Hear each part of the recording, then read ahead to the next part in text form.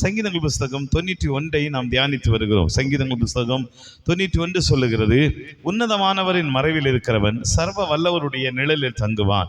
உன்னதமானவரின் மறைவில் இருக்கிறவனுக்கு அநேக ஆசீர்வாதங்கள் உண்டு என்று வேதத்தில் எழுதப்பட்டிருக்கிறது. தேவனுடைய மறைவு அப்படிங்கிற சில காரியங்களை கடந்த வாரத்தில் நாம் தியானித்தோம்.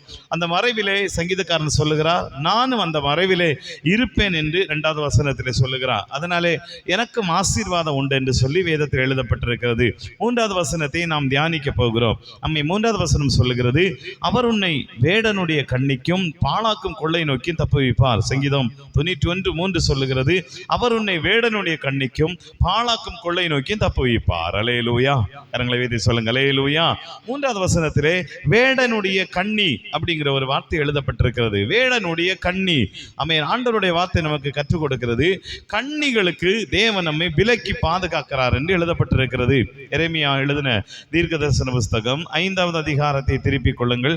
எரேமியா எழுதின தீர்க்கதரிசன புஸ்தகம் 5வது அதிகாரத்தை திருப்பிக் கொள்ளுங்கள்.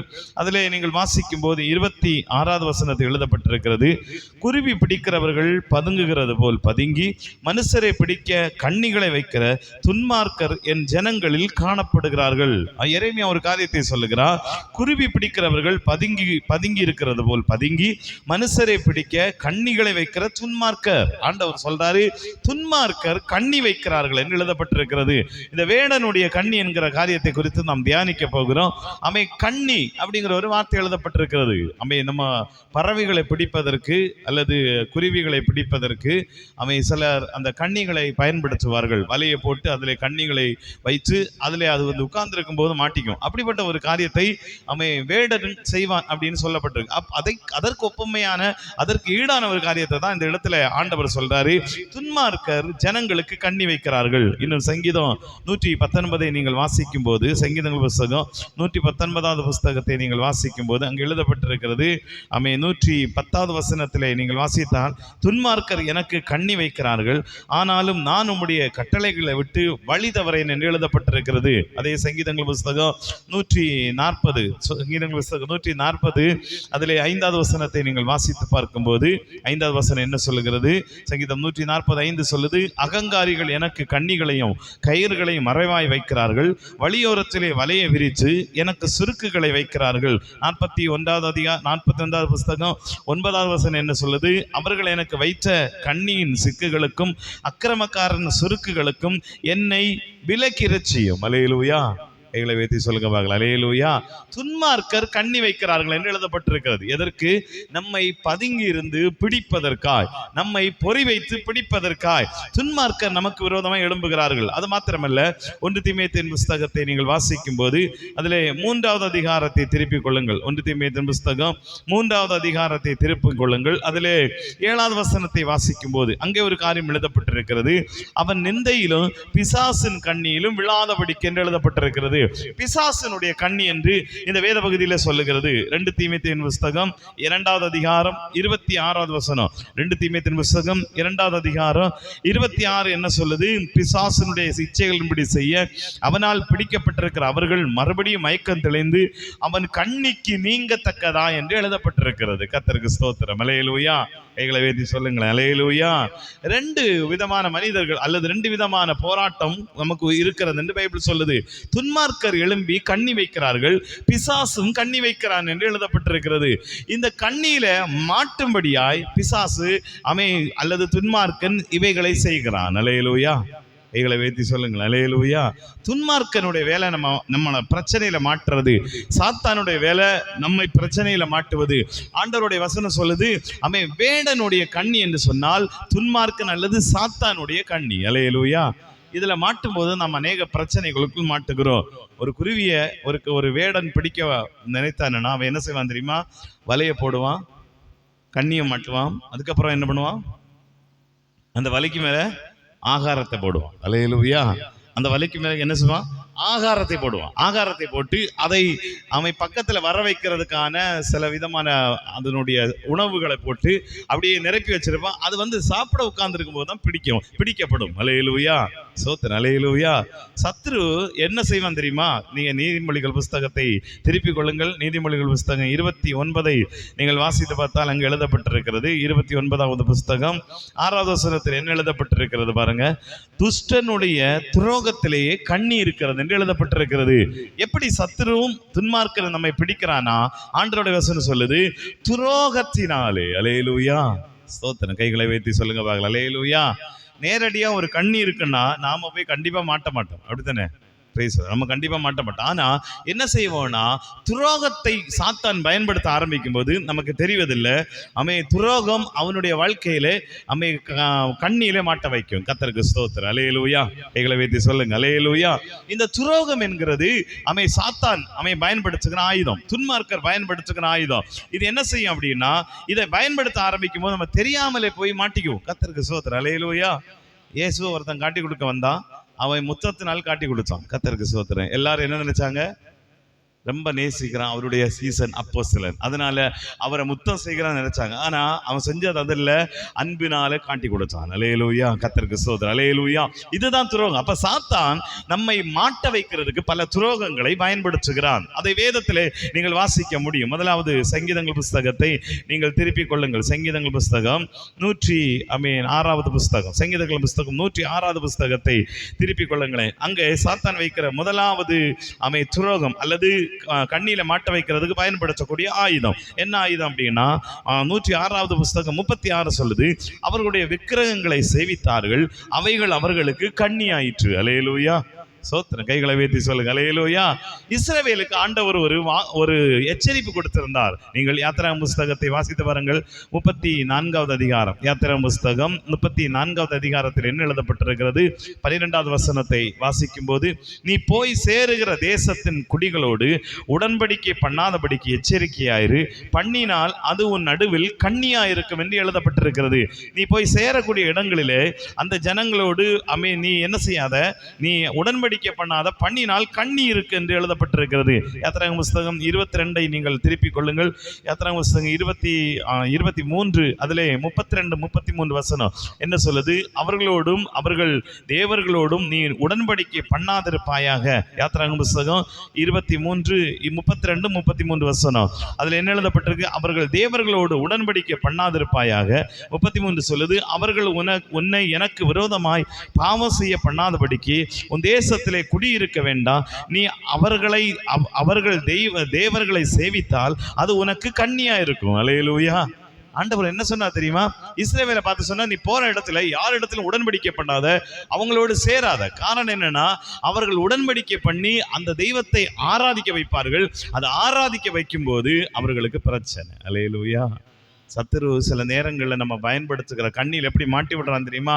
நல்லா ஜெபம் பண்ணிட்டு இருப்போம், நல்லா ஆராய்ச்சிட்டு இருப்போம். ஆனால் சில நேரங்களில் ஆசீர்வாதங்கள் தாமதமாகும் போது நம்ம வேற வழியை யோசிப்போம். அல்லேலூயா, அல்லேலூயா.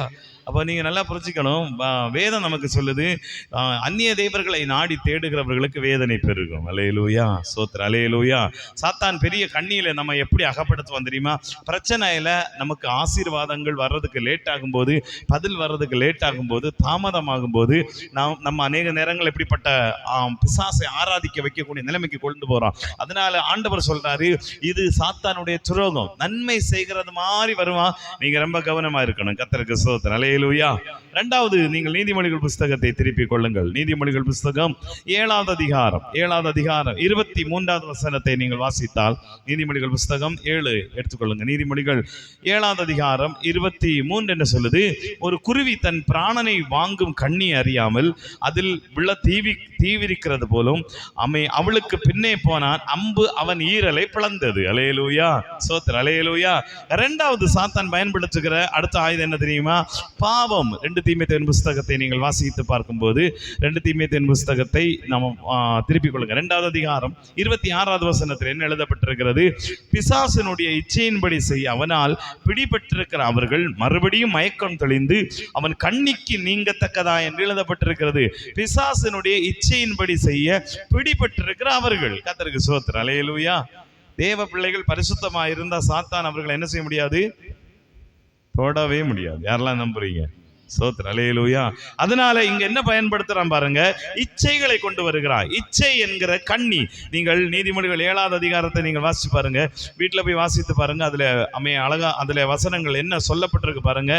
ஒரு ஸ்திரீ இருக்கிறாள், அவர் ஒரு வாலிபனை மயக்கி அவளுக்கு அவன் கொண்டு போகும்போது அவளுக்கு பின்னாடி போகிறான். 23வது வசனம் சொல்லுது, ஒரு குருவி தன் பிராணனை வாங்கும் கண்ணி அறியாமல் அதில் விழ தீவிரிக்கிறது போலவும் அவளுக்கு பின்னே போனால் அம்பு அவன் ஈரலை பிளந்தது. ஆண்டவருடைய வசனம் என்ன சொல்லுதுன்னா, இந்த பாவத்துக்கு பின்னாடியே போகக்கூடிய ஒரு நிலைமை. வேதத்துல நீங்க வாசிச்சு பாருங்க, நல்ல இனிய வார்த்தைகளினால் அவனை வசப்படுத்தினால் எழுதப்பட்டிருக்கிறது. இதெல்லாம் ஒரு ஸ்திரீ மாத்திரமல்ல, அநேக இச்சைகள் இந்த உலகத்துல உண்டாயிருக்கிறது. இவைகள் எல்லாம் நம்மை கவருகிறது, இவைகள் எல்லாம் நம்மை வசப்படுத்துகிறது. அல்லேலூயா. கவர்ச்சி நமக்கு கொண்டு வருது. அதன் மேல நமக்கு ஒரு மோகம், அதன் மேல ஒரு ஆசை, அதன் மேல ஒரு ஈர்ப்பு உண்டாகிறது. அப்படிப்பட்ட ஒரு ஈர்ப்பை உண்டாக்குகிற வார்த்தைகளை இவள் பேசும்போது பின்னாடியே போகிறான். வேதத்தில் எழுதப்பட்டிருக்கிறது, அம்பு அவன் ஈரலை பிளந்தது. அல்லேலூயா. அப்போ கண்ணி, 2வது கண்ணி என்ன தெரியுமா? பாவத்துல விளை வைக்கிறது. பரிசுத்தவான்களை, தேவ பிள்ளைகளை பாவத்துல விளை வச்சுட்டானா சாத்தானுடைய திட்டம் நிறைவேறிடும். அதனால ஆண்டவர் சொல்றாரு, அது ஒரு வேடனுடைய கண்ணி என்பதை புரிஞ்சுக்குங்க. கர்த்தருக்கு ஸ்தோத்திரம், அல்லேலூயா. 3வது வேத புஸ்தகத்தை நீங்கள் திருப்பிக் கொள்ளுங்கள். 1 தீமோத்தேயுவின் புஸ்தகம் 6வது அதிகாரம். 1 தீமோத்தேயுவின் புஸ்தகம் 6வது அதிகாரம். அதிலே நீங்கள் வாசித்தால் 9, 10 2 வசனங்களை திருப்பிக் கொள்ளுங்கள். 1 தீமோத்தேயு 6, 9, 10 என்ன சொல்லுகிறது? ஐஸ்வர்யவான்களாக விரும்புகிறவர்கள் சோதனையிலும் கண்ணியிலும் மனுஷரை கேட்டிலும் அழிவிலும் அமிழ்த்துகிற மதிகேடும் சேதமுமான பலவித இச்சைகளிலும் விழுவார்கள். பண ஆசை எல்லா தீமைக்கு வேறாயிருக்கிறது. சிலர் அதை இச்சித்து விசுவாசத்தை விட்டு வழுகி அநேக வேதனைகளினால் தங்களை உருவ குத்தி கொண்டிருக்கிறார்கள். 3வது சத்துரு பயன்படுத்தக்கூடிய கண்ணி என்ன கண்ணி தெரியுமா? ஐஸ்வர்யவான்களாக விரும்புகிறவர்கள். அல்லேலூயா. திடீரென்று பணக்காரராகணும், எல்லாத்தையும் அனுபவிக்கணும், உலகம் எல்லாம் எனக்கு பணத்திலே படுக்கணும். அல்லேலூயா. சொல்லுவாங்க, நினைச்சிருக்காங்க என்னன்னா, அப்படியே பணத்தை விரிச்சு போட்டு அதுல படுத்து தூங்கணும். ஸ்தோத்திரம், அல்லேலூயா. என்ன நடக்குது தெரியுமா? கண்ணியில போய் மாட்டிக்குவோம். அல்லேலூயா. அநேகர் பணம் சம்பாதிக்கிறேன் சர்ச்சுக்கு வர்றதே இல்லை. அல்லேலூயா. ஏன்னா ஞாயிற்றுக்கிழமை தான் அதிகமான வருமானம். Price God. ஞாயிற்றுக்கிழமை டபுள் மடங்கு. ஒரு இடத்துல சொன்னாங்க, ஐயா ஞாயிற்றுக்கிழமை வேலைக்கு போனா எப்படி கிடைக்கும்? நார்மலா ஒரு 1000 ரூபானா ஞாயிற்றுக்கிழமை 2000 ரூபாய். ஸ்தோத்திரம், அல்லேலூயா. இது எப்படி தெரியுமா? கண்ணியில மாட்ட வைக்கிற காரியம், பண ஆசை. இங்க வேதத்தில் என்ன எழுதப்பட்டிருக்கு? ஐஸ்வர்யவான்களாக விரும்புகிறவர்கள் சோதனையிலும் கண்ணியிலையும் மனுஷரை கேட்டிலும் அமிழ்த்துகிற பலவித இச்சைகளிலும் விழுவார்கள். பண ஆசை எல்லாவித தீமைக்கு வேறா இருக்கிறது. அப்போ பண ஆசை ஒரு மனிதனுக்கு வந்துருச்சுன்னா அவன் கண்ணியில மாட்டிக்குவான். அல்லேலூயா. பணம் நமக்கு தேவைதான். நம்ம அடிக்கடி சொல்லுவோம், பணம் நமக்கு தேவை. ஐஸ்வர்யம் என்கிறது உண்டா இல்லையா? ஆண்டவர் தர்றார். அல்லேலூயா. எப்படி தருவாரா? ஐஸ்வர்யத்தை சம்பாதிக்கிறதுக்கான பலத்தை தருவார். கைகளை உயர்த்தி சொல்லுங்க, அல்லேலூயா. நீங்க சம்பாதிப்பீங்க, நீங்க ஐஸ்வர்யவான்களா மாறுவீங்க. பிரைஸ் தி லார்ட், அல்லேலூயா. ஆனா ஐஸ்வர்யமாக வேண்டும் என்கிற தீவிரிக்கும் போது அவர்களுக்குள் பண ஆசை உண்டாகிறது. பணத்தை எப்படியாவது சம்பாதிக்க வேண்டும் என்று நினைக்கிறார்கள். கடைசியில் எங்கேயாவது ஒரு பிரச்சனையில போய் மாட்டிக்கிறார்கள். 2 தீமோத்தேயு புத்தகம் 3வது அதிகாரம் 2வது வசனத்தில் என்ன எழுதப்பட்டிருக்கு பாருங்க. 2 தீமோத்தேயு 3:2 எழுதப்பட்டிருக்கிறது, கடைசி காலத்துல ஜனங்கள் எப்படி இருப்பாங்களா? எப்படி எனில் மனுஷர்கள் தற்பிரியராயும் பணப்பிரியராயும் இருப்பார்கள். பணம் அப்படிங்கிற ஒரு காரியத்தை விரும்பி பிரியர், பணத்தின் மேல பிரியும். அல்லேலூயா. குடும்பத்தை பார்க்கறது இல்லை, பிள்ளைகளை பார்க்கறது இல்லை, பெற்றோர்களை பார்க்கறது இல்லை, மனைவியை பார்க்கறது இல்லை, புருஷனை பார்க்கறது இல்லை, யாரையும் பார்க்கறது இல்லை. ஒரே நோக்கம் பணம். அல்லேலூயா. இந்த பணம் நமக்கு சமாதானத்தை கொண்டு வராது. ஸ்தோத்திரம், அல்லேலூயா. பணம் நமக்கு தேவை, ஐஸ்வர்யம் நமக்கு தேவை வாழ்றதுக்கு, உலகத்துல வாழ்றதுக்கு. ஆனா இது மட்டும் நமக்கு தேவையில்லை. ஸ்தோத்திரம். ஆண்டவர் நமக்கு அதுக்குரிய தர்ற வரைக்கும் வெயிட் பண்ணுங்க. ஆண்டவர் நம்முடைய கைகளின் பிரயாசத்தினால் இந்த ஐஸ்வர்யத்தை சம்பாதிக்கிறதுக்கான பலனை தந்து நம்மை உயர்த்துவார். கைகளை உயர்த்து. அல்லேலூயா. வேறு வழியா போகும்போது, பண ஆசையில போகும்போது நாம் அநேக நேரங்களிலே இந்த கண்ணியில போய் மாட்டிக்குவோம். கடைசியில எல்லாத்தையும் இழந்து நிற்போம். கர்த்தருக்கு ஸ்தோத்திரம். அடுத்து நீதிமொழிகள் புஸ்தகம் 29வது புஸ்தகத்தை திருப்பிக் கொள்ளுங்கள். 29வது புஸ்தகம் நீதிமொழி 29வது புஸ்தகத்தை திருப்பிக் கொள்ளுங்கள். அங்க எழுதப்பட்டிருக்கு. எப்படி எழுதப்பட்டிருக்கு பாருங்க.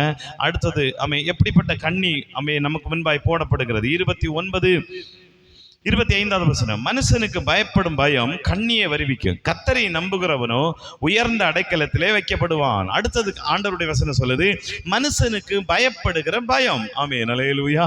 சத்தமாய் சொல்லுங்கள், அல்லேலூயா. மனிதனுக்கு ஒரு மனிதனுக்கு இன்னொருவன் பயப்பட ஆரம்பிச்சா அந்த மனிதனுக்கு கண்ணியை அவனே உருவாக்குகிறான். அடுத்த வசனம், அதே வசனத்துல பின்பு இது சொல்லுது, கர்த்தரை நம்புகிறவன். அப்ப 2 வசனத்தை நீங்க ஜாயின் பண்ணீங்கன்னா, ஆண்டவரை நம்பாம மனுஷனுக்கு பயப்படுகிறவர்கள். அல்லேலூயா. எல்லா தீங்கிலும் இருந்து கடவுள் நம்மை விடுவிப்பா, எல்லா போராட்டத்திலும் இருந்து கடவுள் நம்மை விடுவிப்பா. அதனால எந்த மனுஷனுக்கும் பயப்பட்டு ஆண்டவரை விட்டு போயிடாதீங்க. அல்லேலூயா.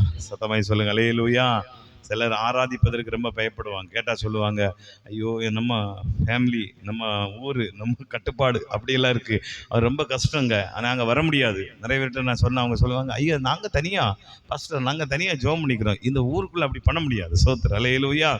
அம்மை கர்த்தருக்கு சோத்திரம். பயம், மனிதனை குறித்து பயம், ஆண்டவர் ஆராதிப்பதற்கு பயம். அப்படி ஆதியில் அப்படி பயந்துருந்தா இன்னைக்கு சபையே இருந்திருக்காது. அல்லேலூயா. சோத்திரம், அல்லேலூயா. அம்மாவா இல்லையா? சொல்லுங்களேன், அல்லேலூயா. அப்போ சிலருக்கு பயந்து ஓடி இருந்தா என்ன இருந்திருக்காது? இப்போ நம்ம எல்லாம் இயேசுவை அறிஞ்சிருக்க மாட்டோம். ஆமே, தோமா ஒருத்தர் இங்கே வந்திருக்க மாட்டாரு, அப்புறம் சுவிசேஷம் சொல்லப்பட்டிருக்காது. அப்போ பயப்படுறது கடவுளுக்கு மட்டும்தான், தேவனுக்கு மட்டும் பயப்படணும். பிரைஸ் தி லார்ட், அல்லேலூயா. யாருக்கும் பயப்பட்டு ஆராதனை நிறுத்திடாதீங்க. சோத்திரம், அல்லேலூயா. சிலர் வீட்டில் நல்லா ஜோம் பண்ணுவாங்க, யாராவது வந்து சொல்லுவாங்க, இது என்ன சத்தம் போட்டு கிடக்குங்க வீட்டுக்குள்ளே, எங்களுக்கு இருக்க முடியலை அப்படிம்பாங்க. அல்லேலூயா. அப்போ நீங்கள் பயப்பட வேண்டியது இயேசுக்கு மாத்திரம், நம்புறவங்க மாத்திரம் கையை உயர்த்தி சொல்லுங்க, அல்லேலூயா. அடுத்து நீதிமொழிகள் புஸ்தகம் 22வது புஸ்தகத்தை திருப்பிக் கொள்ளுங்கள். அடுத்தது ஆண்டவருடைய வசனம் என்ன சொல்லுது பாருங்க. அடுத்து ஒரு கண்ணி நமக்கு முன்பாய் வைக்கப்படுகிறது. நீதிமொழிகள் 22 24வது வசனமும் 25வது வசனமும் சொல்லுது. 24, 25, 22வது அதிகாரம் 24வது வசனம், 25வது வசனம். கோபக்காரனுக்கு தோழனாகாதே, உக்கிரமுள்ள மனுஷனுடைய நடவாதே, அப்படி செய்தால் நீ அவனுடைய வழிகளை கற்றுக்கொண்டு உன் ஆத்துமாவுக்கு கண்ணியை வருவிப்பாய். அல்லேலூயா. சத்தமாய் சொல்லுங்க, அல்லேலூயா. அடுத்து கர்த்தருடைய வார்த்தை என்ன சொல்லுதுன்னா, கோபக்காரனுக்கு தோழனாகாதே, உக்கிரகம் உள்ள மனுஷனோட நடவாதே, அப்படி செஞ்சா நீ அவனுடைய வழிகளை கற்றுக்கொள்வாய். கோபம், அதிகமான கோபம் வர்றவங்க கூட சேராதன்னு சொல்லி இருக்கு. அல்லேலூயா. அப்படி சேரும் போது என்ன நடக்கும் தெரியுமா? அந்த பிரஷர் உங்களையும் பிடிச்சிடும். பிரைஸ் காட், அல்லேலூயா. இப்போ என்ன நடக்கு? பைபிள் என்ன சொல்லுது? நான் சொல்லல, பைபிள் என்ன சொல்லுது? அப்படி செய்தால் நீ அவனுடைய வழிகளை கற்றுக்கொண்டு உன் ஆத்துமாவுக்கு கண்ணியை வருவிப்பாய். Price God. சில நேரங்களில் நாம் வன்முறைகள் அப்படி செய்கிறவங்க அல்லது பயங்கர சண்டை போடுறவங்க, இவங்க கூட சேர ஆட்களும் சண்டை பிடிக்கிறவங்க மாறுவாங்க. அல்லேலூயா. ஏன்னா இந்த ஆவி அவங்களையும் பிடிச்சிக்கும். இவங்களுடைய செயல்கள் அவங்களையும் பிடிச்சிருக்கும், இவங்களுடைய பேச்சு அல்லது இவங்களுடைய செயல்பாடுகள் எல்லாம் அவங்கள பிடிச்சிருக்கும். அல்லேலூயா.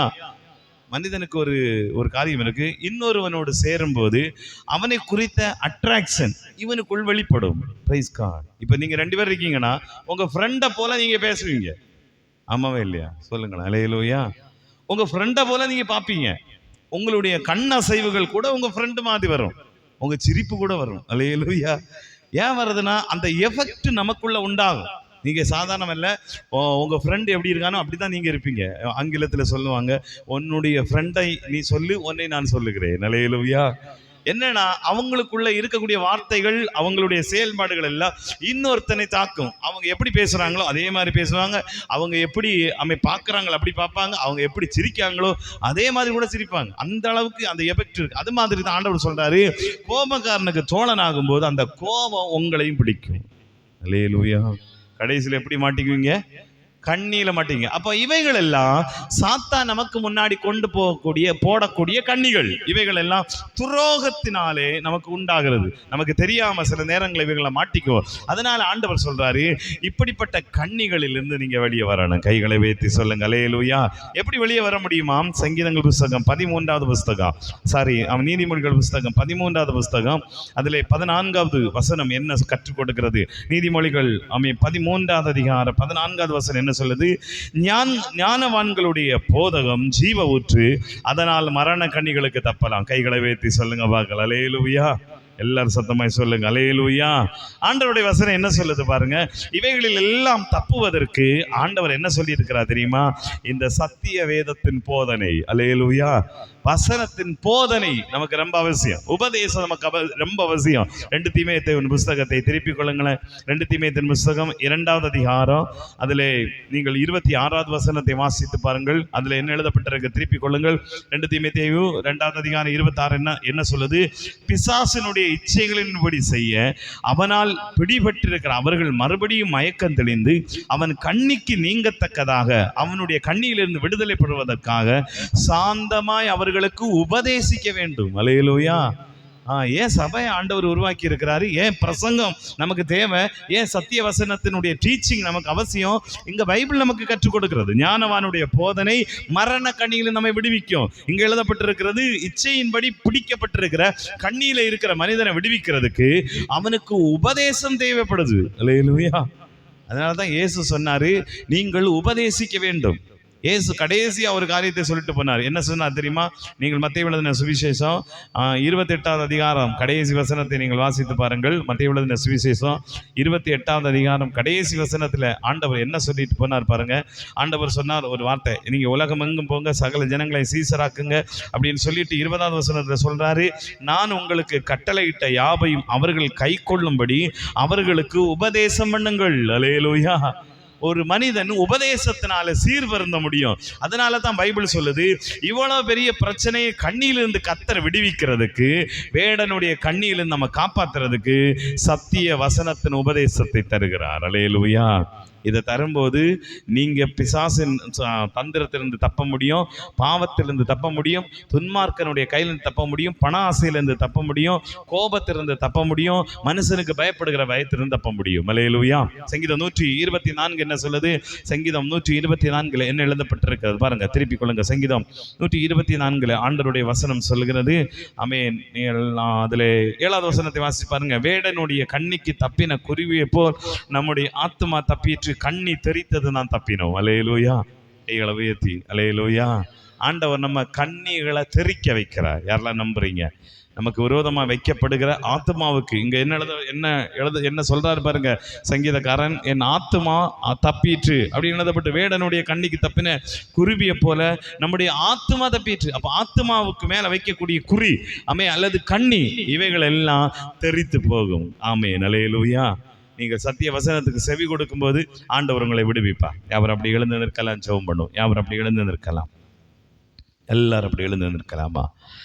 Thank you father. எல்லாரும் ஆண்டவருடைய சமூகத்தில் ஜெபிக்க போகிறோம். நன்றி தகப்பனே, நன்றி தகப்பனே. எல்லாரும் அப்படியே ஜெபிக்க போகிறோம்.